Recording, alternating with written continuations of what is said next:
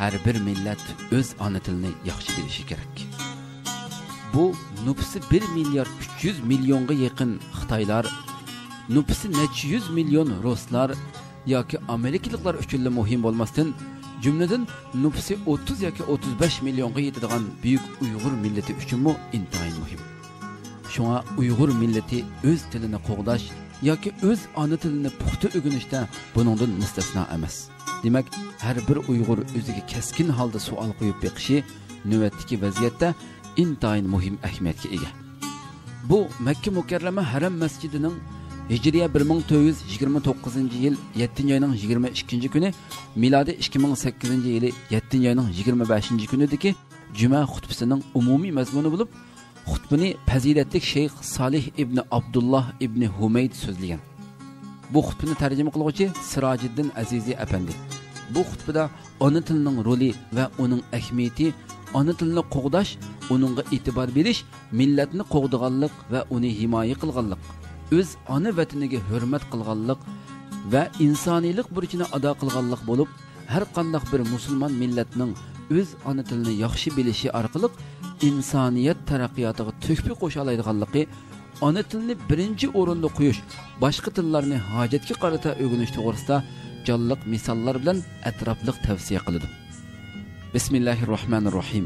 Nihoyatda shafqatli va mehribon Allohning ismi bilan boshlayman. İmam Allah subhanahu va taolaga hamd sana, payg'ambar alayhissalomga durudlar o'qigandan keyin juma namozi o'qish uchun kelgan 100 minglarcha jamoatga her bir millet öz ana tilini yaxshi bilishi kerak degan mazmunda bunularni tavsiya qildi. Ey musulmonlar, Allohdan qo'rqinglar, taqvodor bo'linglar. Taqvodorlik insonni dunyo oxiratda baxt saodatga erishtiradi. İslam ümmeti dünya milletleri arasında yüksek o'rin ve mertebeye ega ümmet.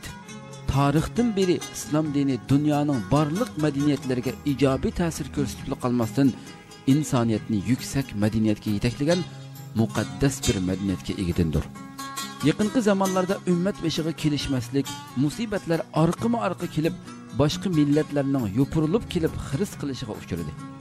Afsuski, muqaddas dinimiz va musulmonlarga ziyonkashlik qilganlar ajnabiylar bo'lgandan sirt o'zini musulmonlar qatorida sanab, musulmoncha ism qo'yib, musulmonlar qabristonligiga dafn qilinganlardandir. İslam ümmetini bundaq bir xor zabulliqqa elib berishdagi sabablarning asosligi shuki, ümmet hozirga qadar o'ziga bir yuksalish, taraqqiy qilish plan loyihasi tuzgani yo'q. İslam ümmeti özünün dini itiqadi, medeniyeti ve örüp adetlerini ölçem kılgan halda bir terakkiyat ve yükseliş planı tüzüp umumi bir ıslahat elip berişqa tolumu muhtaç. Şundaq bolganda ümmet özünün qaddini ruslab, dünya milletleri aldıda iyilik tikligen buladı. İslam ümmetinin itiqadi, medeniyeti başka din ve milletlerde yok alahide özgüçiliki, tefakkuri, manevi dünyası ve asasi müstehkemlikte tangdassız bir ümmet ikenligini ko'rsatdi. İslam ümmeti bugünkü günde birlik, bütünlük ve güç kuvvetke intayin muhtaç bir vaziyette turgan ahval aslida milletning bütünlükini saqlaydigan muhim amil sebeplerden aqide ikenligida shak yo'q. Til bolsa yengil sanashqa bo'lmaydigan birlik ve güç amilidir. Medeniyetimizni himoya qilishning amillaridan biri tildir. Til insaniyat tarixida, insaniyat medeniyetini saqlab qilishda, gullantirishda intayin cho'ng rol o'ynaydi. Til tafakkurning quroli bo'lib qolmasdan, tafakkur borliqqa keladigan muhim amildir. Til orqali inson o'zi kashf qilgan, egillagan mahorat, ruhiyatdagi yuksaklik, vijdoniy taraqqiyotda o'z kimligini isbotlashda amaliy hassa qo'shadigan muhim omildir. Til aqlning ayniki, tafakkurning muhim apparatidir. Millatning tili bo'lsa, madaniyat xazinasini mo'llashtiradigan omildir. Til degan so'zlab turg'uchi tafakkur. Tafakkur bo'lsa, unsiz tildir. Şunu deymizki, milletning tafakkuri tili bilan bir-biriga chambarchas bog'langan bo'lib, til milletning boyliqidir. Til milletning madaniyatini avloddan avlodga ulaydigan ko'vrikdir. Ko'p tillik davlat yoki vatan bo'lsa, milletni ig'ir ideologiya kirisi ichida yashashga majburlaydi. Mustamlikchilar azaldan mustamlika qilgan millatlarni ona tilidan ayirishga butun kuchi bilan tirishib kelgan. yoki bo'lmasa mustamlika millatlarda o'lgan tillarni qaytadan tirildirish orqali toifvozlik, yurtvozlik shuarlarini qo'zg'ab, parchalab yo'qotish siyosatini qo'llanib keldi. Yuqorida insoniyat hayotida tilning naqadar muhimligi ustida to'xtalgan bo'lsak, vahiyning tili bo'lgan ulug' til arab tili va uning millatning madaniyatini qayta qurish yo'lidagi o'rni bo'lsa, dunyodagi jonli tillar ichida eng kuchli va qadimki til hisoblanadi. Allah Qur'oni Karimni o'z himoyasida saqlaydiganligini ta'kidlaganligi uchun ta qiyomatgacha saqlanib, iste'moldan qolmay davomlashadigan bir tildir. Arab tili grammatikasi fasohat balog'atida tangdossiz bir til bo'lish sifati bilan dunyo tili bo'lishga eng munosib tildir. Ahli islom arab tilini o'rganishga har zaman va makonda bas-basda tirishyotidi. Arab tiliga bo'lgan bu dunyoviy intilish arab dunyosining siyosiy kuchi, madaniyat salmoqligidan emas, balki insonlarning o'zining dini va aqidasiga bo'lgan yirismanligi hamda bu til Qur'oni Karim tili bo'lganligi uchundir. Shu asosda barliq musulmonlar arab tilini o'zining ona tili sifatida o'rganadi. Ba'zilar bu ulug' tilni buzib, yerlik shiviga o'zgartirishga urinmoqda. Bunday tashabbuslar bozor topolmaydi. Shu haqiqat har bir inson engida aniq bo'lishi kerakki, har bir shaxs o'zining ona tilini puxta va pishiq bilishi kerak. Tilning yo'qolishi millatning yo'qolishi demakdir. O'zini qadrlaydigan millat hech qachon ona tilini xorlamaydi. Boshqa tillarni ona tilidan afzal ko'rmaydi. Chet el tiliga bak qattiq berilib ketishning o'zi insonda milliy kimlik engini kemaytirdi. O'z tilidan nomus qilish, chet elliklarning tilini o'rganishdan faxrlanish insondagi milliy va ruhiy gadoylikning dalilidir. Chet el tili faqatla inson uchun yordamchi omil bo'lishdan boshqa rol o'ynay olmaydi. Chet el tili hech qachon ona tili badaliga bo'lmasligi kerak.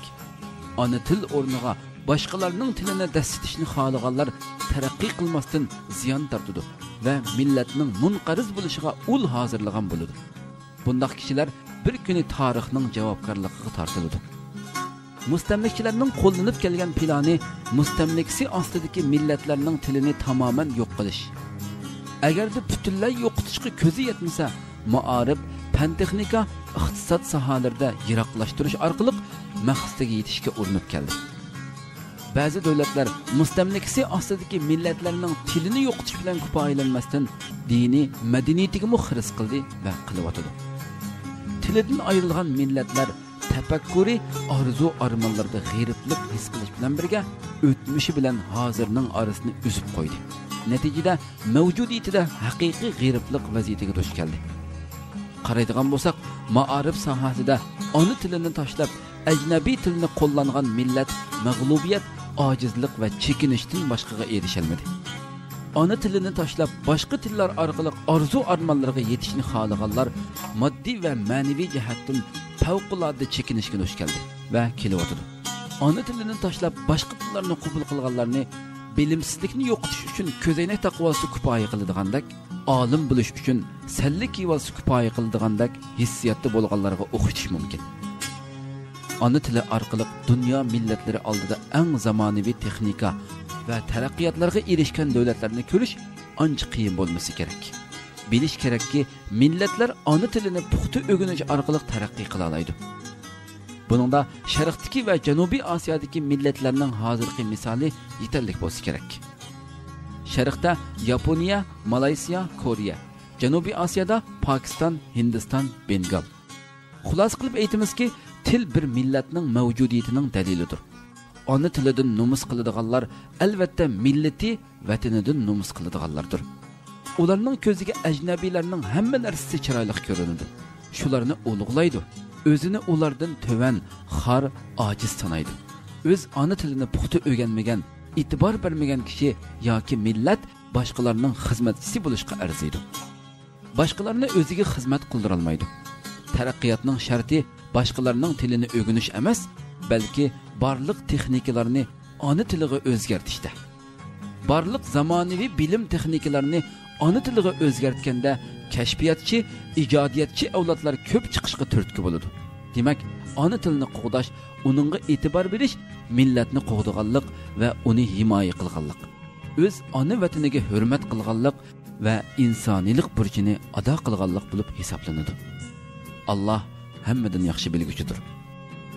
Bilinglarki, dillar faqat Allohni aslash bilan aram topadi. Allohning oldidagi o'rningizni bilmoqchi bo'lsangiz, qalbingizdagi Allohning o'rniga qarang. Vijdoniy mas'uliyat ve imani tarbiyat bilan onalik shartini hozirlamagan onaning bolalari tug'ilgan kunidan boshlab yetimdir. Ona til bilgan kishining hurmatini qilg'um kelur. Ona til bilgan kishining izzatini qilg'um kelur. Bu ana til bo'lsigar Amerika yu Afrikada qo'liga jambu kumush oltin berib olg'um kelur. Ko'klam bahor ketsa yenib kelgan bor. Candan keçse cananni tepip söygen var. Eytuvchu bir ketken yaşlık keynedin. Qoğuluşup cahanda kim mu yetken var.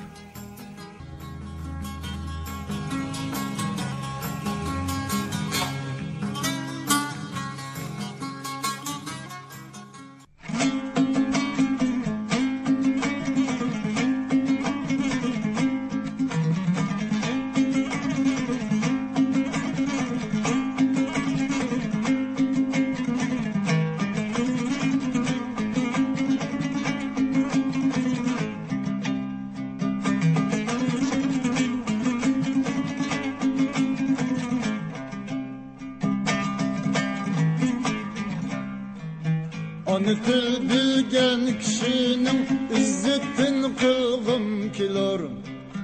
Onu til bilgen kişinin izzetin kılgım kilor. Onu tilni ağzıdın altın berip algım kilor. Onu tilni ağzıdın altın berip algım kilor.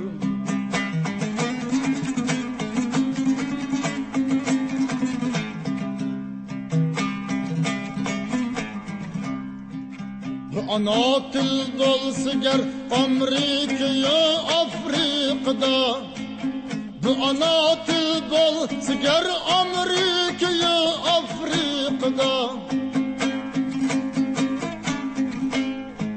Serpetip minlaçı tilla andımel bargım kilor. Serpetip minlaçı tilla andımel bargım kilor.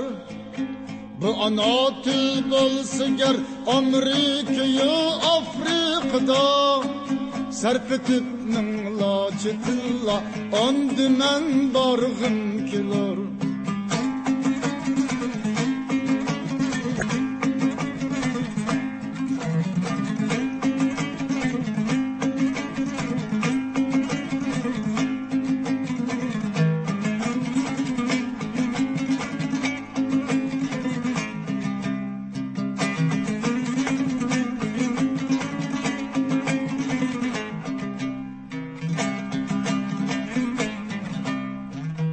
Onu til bilgen kişinin izzetin kılgım kilor.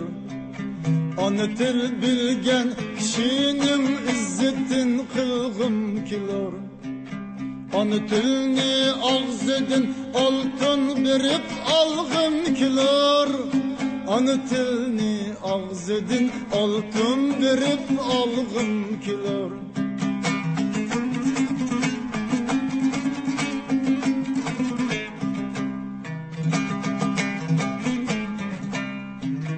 Ey ana til bizge sen algan ulug'lardin nishon. Ey ana til bizge sen qalgan ulug'lardin nishon. Sen bilen ruhi ziminda iftiharlanğım kilor.